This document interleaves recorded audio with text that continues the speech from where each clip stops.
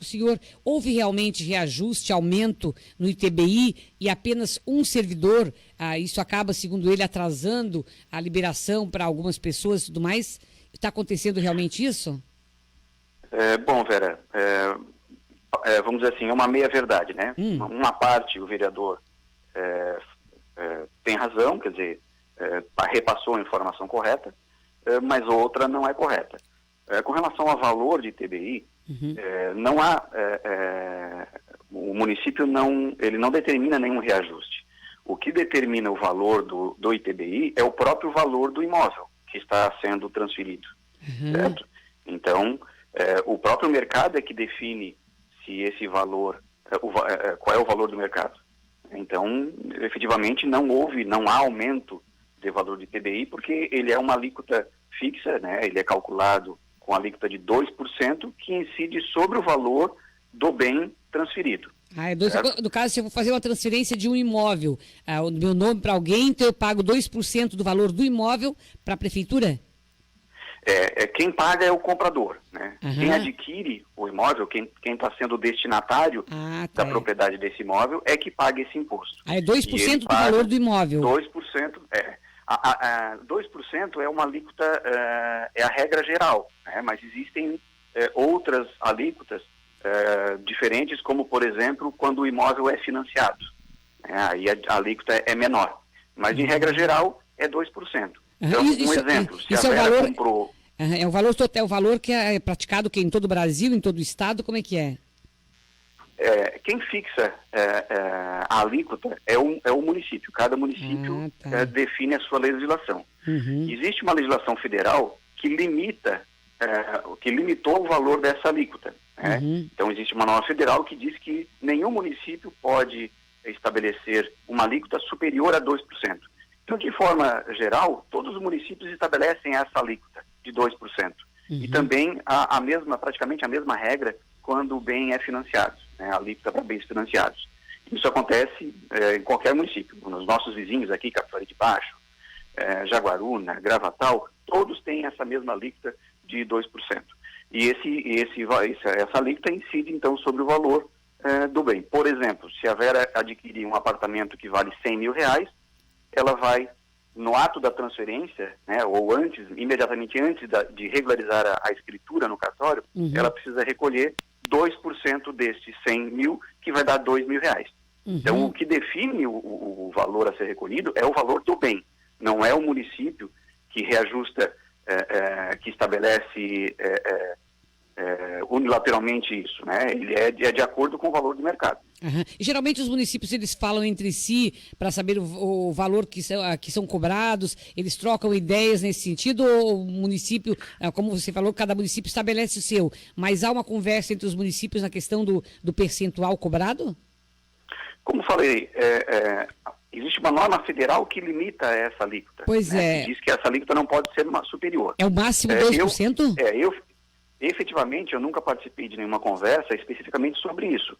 Mas, por exemplo, a AMUREL, né, a Associação dos Municípios da Região de Laguna, existem os colegiados dos secretários, e especificamente no colegiado secretário de Fazenda, nós conversamos sobre vários tributos, formas de cobrança, né, mas especificamente sobre a alíquota, nunca houve essa conversa. Até porque essa alíquota ela é praticada há muito tempo. Né? No caso de Tubarão, essa alíquota é fixada no Código Tributário, que é de dezembro de 2002. Já desde 2002 é cobrado esse percentual. De quase 18 anos de prática desse regramento.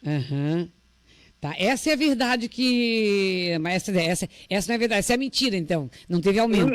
Não digo mentira, né? A gente não pode dizer mentira, mas é uma informação equivocada, um entendimento equivocado, que provavelmente o vereador tem, né? E aí é justo que ele busque informação, né? Que ele solicite informações ao Poder Executivo para poder esclarecer. Com relação ao avaliador, realmente nós temos um avaliador para julgar, ou vamos dizer assim, para analisar os recursos. Aquele TBI, né, que foi lançado e que o contribuinte não concordou com o valor que a prefeitura usou como base de cálculo, certo? Então, é apenas nos recursos.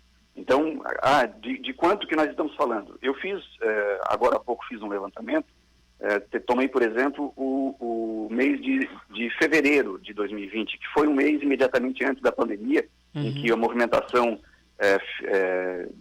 da economia estava normal, vamos dizer assim, né?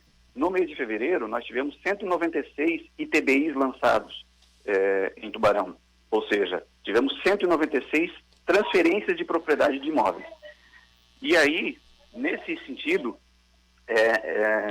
desse universo de 196, nós tivemos 15 impugnações só, né? Isso dá 6,7%, não chega a dar 8% dos contribuintes que efetivaram as transferências. Então, são esses 15 que não concordaram com o valor. E para esses 15, aí então, eles têm todo contribuinte tem a oportunidade de fazer a impugnação, né? De impugnar o valor do lançamento, e aí sim nós encaminhamos para um avaliador. Então, aí outra informação que não condiz com a realidade, de que esse avaliador utilizaria critérios subjetivos. Não é verdade. Esse avaliador, ele é um engenheiro, ele tem formação técnica na área e ele utiliza critérios técnicos definidos pela Associação Brasileira de Normas Técnicas, especificamente para avaliação. Existe uma norma técnica, que se chama NBR 14652, que define quais a forma de fazer essa avaliação imobiliária, né? Então, essa informação não condiz com a realidade. Os critérios são objetivos e técnicos. Na sua opinião, e só um avaliador é o suficiente, no caso, para dar esse atendimento? Porque, segundo o vereador ali, como há um avaliador só, isso acaba atrasando muitas vezes, porque deu para entender ali, quando o senhor fala, o avaliador é exatamente assim, a pessoa não posso, por exemplo, chegar e dizer, o meu imóvel vale 100 mil reais. Aí o seu avaliador diz, ele faz uma avaliação, se vale 200 mil reais, por exemplo, é feita a cobrança em cima dos 200 mil reais, daquilo que a prefeitura levanta os dados. Mas quando você faz o primeiro pedido de TBI, esse pedido não vai para esse avaliador. Como eu falei, esse avaliador, ele julga apenas o recurso, apenas a impugnação. Quando você faz você compra o imóvel e faz o pedido de TBI, esse pedido vai para o departamento de cadastro para confrontar o valor que você declarou com o valor que existe na tabela do município, certo? Existe uma tabela de referência, vamos dizer assim, do valor dos imóveis. Se o valor que você declarou está de acordo com o que está na tabela, o ITBI é lançado, normalmente não vai para o avaliador. Ele já é lançado e você recebe a sua guia para pagamento. Mas enquanto o avaliador não faz, no caso, se entra com recurso, se ele faz uma avaliação diferenciada daquilo que eu apresentei para a prefeitura, automaticamente eu não posso dar andamento no meu negócio, né? Não, mas aí você, mesmo depois da análise desse primeiro recurso, se você não concordar, você ainda tem uma segunda chance para recorrer desse valor, né? Que é ao Conselho de Contribuintes. Isso. Então, e aí realmente, enquanto você não quitar o ITBI, você não consegue concluir o processo de transferência do imóvel.